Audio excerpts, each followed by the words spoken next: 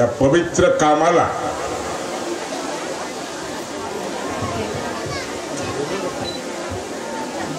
उपस्थित असलेले ज्यांचा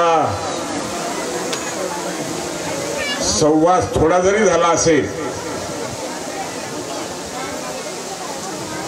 तरी परिचय आणि संबंध हे 25 वर्षापासून आहेत असे आमचे डॉक्टर उपगुप्त माथुरुजी आणि आज खऱ्या अर्थाने आपल्या परिसरामध्ये ज्यांनी भगवान गौतम बुद्धाच्या विचाराचा प्रचार ज्यांनी जे केला ते ज्येष्ठ आदरणीय शरणानंदजी माथुरू आणि आज गौतम बुद्धाच्या आणि बाबासाहेब आंबेडकरांना समोरून या कार्यक्रमाला आलेले सर्व मंत्री जणांना तर प्रत्येकाचे नाव एक सर घ्यायला थोडं कमी जास्त होईल आपल्या सगळ्यांच्या चरणी वंदन करतो आणि हा कार्यक्रम खऱ्या अर्थाने हा दिवस जो पाहायला मिळाला आपल्याला हा दिवस जो पाहायला मिळाला ते आपले या ठिकाणचे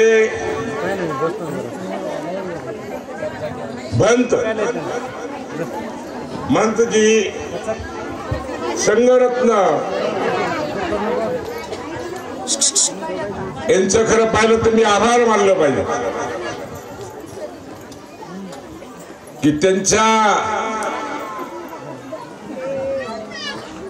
आणि आमदार दिदीच्या भेटीमध्ये या देशाला शांततेचा संदेश देणारे भगवान गौतम बुद्धाच्या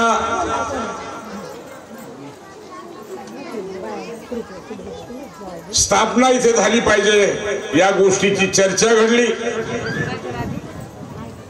मला वाटतं तो कार्यक्रम इथे वृक्षारोपणाचा होता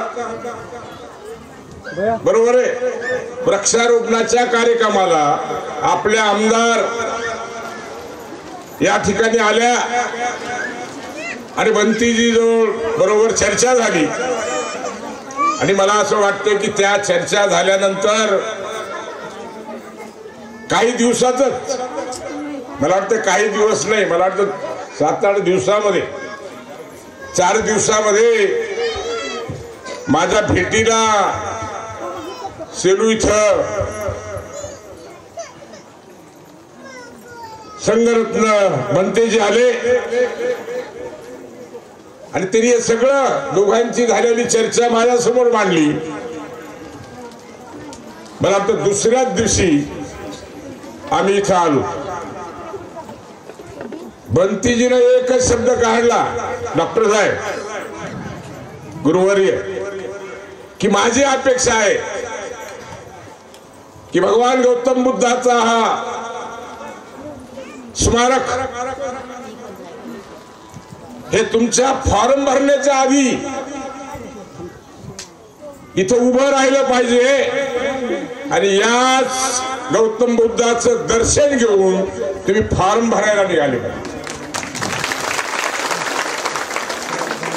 मग मी म्हणला वेळ करण्यात अर्थ नाही चला उद्याच पोहोचतो भूमिपूजनाचा कार्यक्रम हा आमच्या इथले देवगावचे आप्पा मला वाटतं संदीप सरपंच ही मंडळी काही इथं होती त्यांच्या हाताने भूमिपूजन झालं पण आपल्या सगळ्याला याची जाणीव व्हावी आपलाही सहवास यामध्ये असला पाहिजे आणि मग पायाभरणीचा कार्यक्रम आज आपण सांगितलं महागुप्तम डॉक्टर उपगुप्त महाथेरोजीनी की आमची चर्चा झाली मुळ्यावर वातावरण असं पाहिल्यानंतर ते म्हटले त्यात बोर्डीकर या वातावरणात कार्यक्रम कसा होईल पण हा कार्यक्रम आपले महंतजी गावगाव फिरले गावागावामध्ये गेले सगळ्याला निरोप दिले सगळ्याला निमंत्रण दिलं आता तो कार्यक्रम लांबवणं किंवा पुढे ढकलणं हे योग्य नाही पण मला विश्वास होता एवढे भिक्खुगण इथं आज इथे येणार ते आपल्या कार्यक्रमाची कधीच अडचण करणार नाही आणि मंत्रीजींनी सांगितलं ज्याच्या नावामध्ये मेघ आहे तर मेघाला काळजी होणारच आणि म्हणून आपला कार्यक्रम होईपर्यंत पावसाचा विषय येणार नाही ही गोष्ट आधीच आम्हाला आधीच या गोष्टीची जाणीव होती असं म्हणलं तरी काय चूक होणार मंत्रीजी हा कार्यक्रम मला फार खरं पाहिलं तर या जागेमध्ये विष्णू आला का आमचा विष्णूजी आले का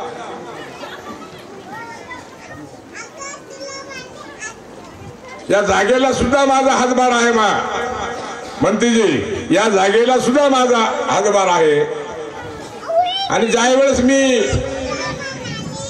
पहिल्यांदा या तालुक्याचा आमदार झालो सांगितलं दीदीने उद्देश मी सांगितला मागेल त्याला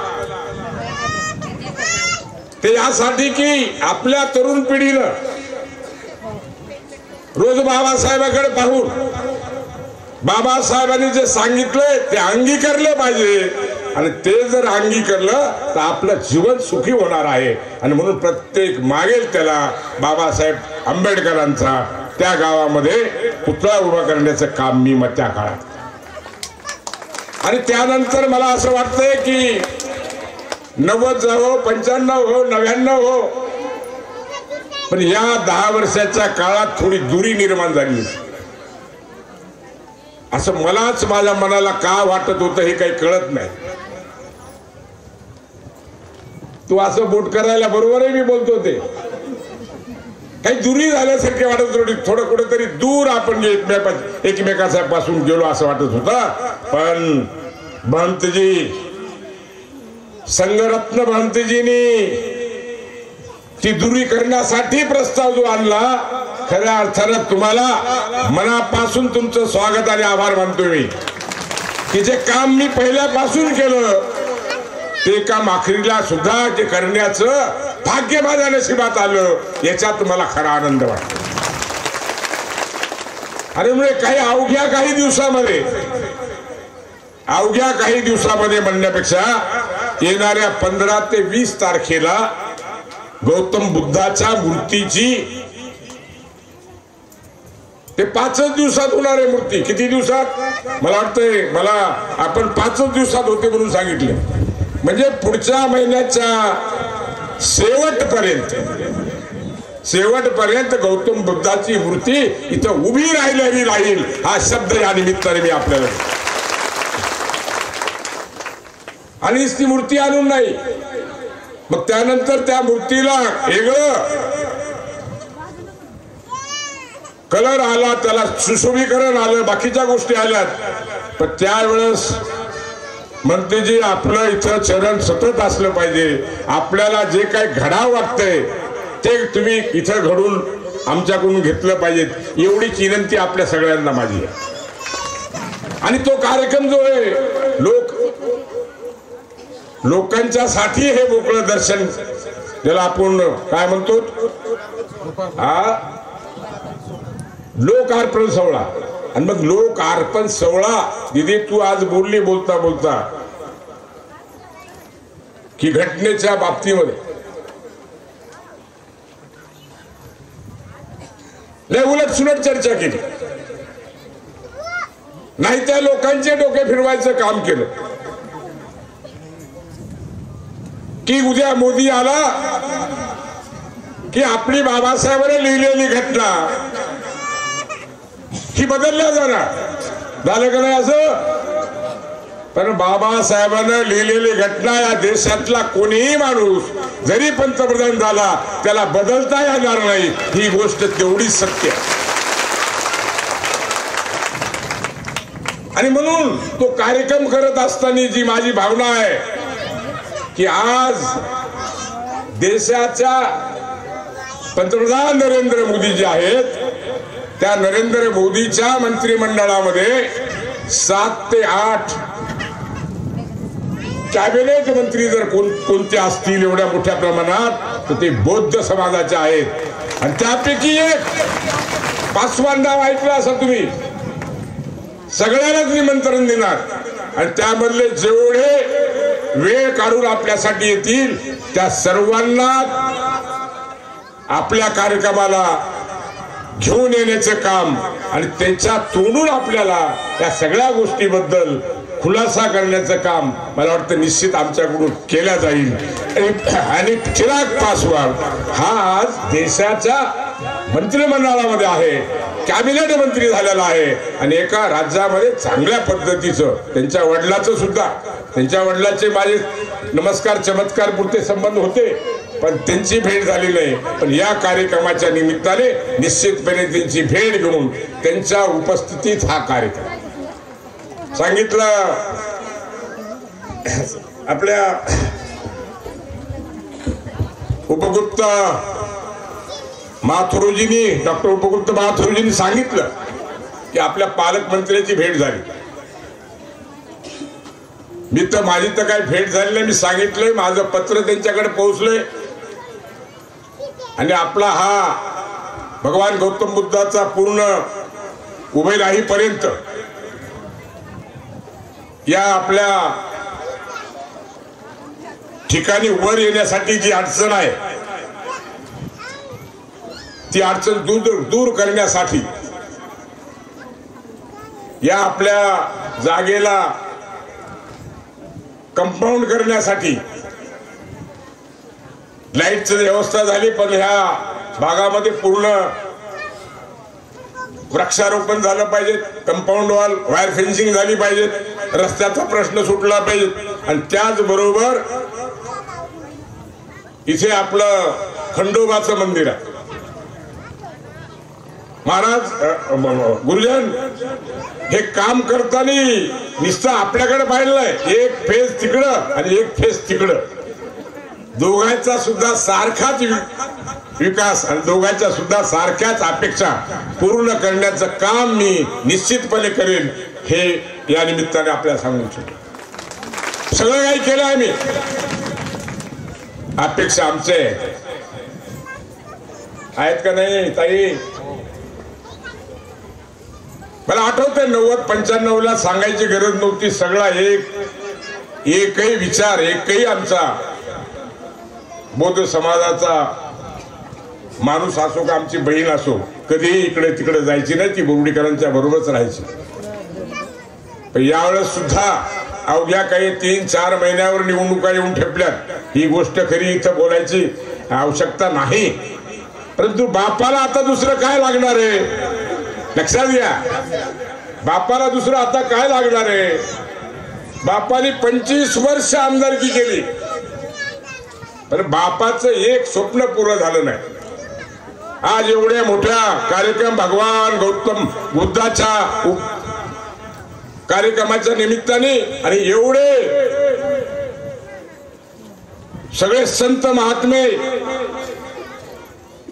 भिक्खूजन यांच्या आशीर्वादाने माझी राहिलेली अपुरी अपेक्षा ती पूर्ण झाल्याशिवाय राहणार नाही. लोक पहिल्यांदाच आमदार झाले, मंत्री झाले की 25 वर्ष आमदार तुम्ही मला केलं. ती अपेक्षा माझ्या जीवनात राहिली आणि ती पूर्ण करण्यासाठी आपल्या सगळ्यांना हात जोडतोय, आपल्या सगळ्यांना विनंती करतोय की दीदीच्या माग ठामपणे तुम्ही उभे राहायला पाहिजे. हा विश्वास आज या सगळ्या भिकुंगांच्या समोर, या संतांच्या समोर, या महात्म्यांच्या समोर आपण द्यावा हीच विनंती या निमित्ताने करतो. आहे का तयारी आपल्या सगळ्यांची? दीदीच्या बाबतीमध्ये काळजी घेणार ना तुम्ही? उद्या एकदा तिला मंत्री म्हणून पाहिलं तर मी जे काही आजपर्यंत समाजसेवा राजकारण हे केलं त्याचा शेवट झाला असं माझा म्हणतो मी. तिचा नाही बरं, तिथं आता कायम तुमच्या सेवेत राहणार. म्हणून ते करण्यासाठी आपण सगळ्यांनी होकार दिलाय. एकदा बाबासाहेबांच्या आणि गौतम बुद्धाच्या आणि या सगळ्या संत महात्म्यांच्या समोर हात वर करून एकदा विश्वास द्या की आम्ही या निवडणुकीची जिम्मेदारी स्वीकारलेली आहे. स्वीकारली का? आवाज कमी येतो. स्वीकारली का? तेवढीच हात जोडून विनंती करतो. ही इच्छा माझी तुमच्याकडून पूर्ण होईल अपेक्षा करतो.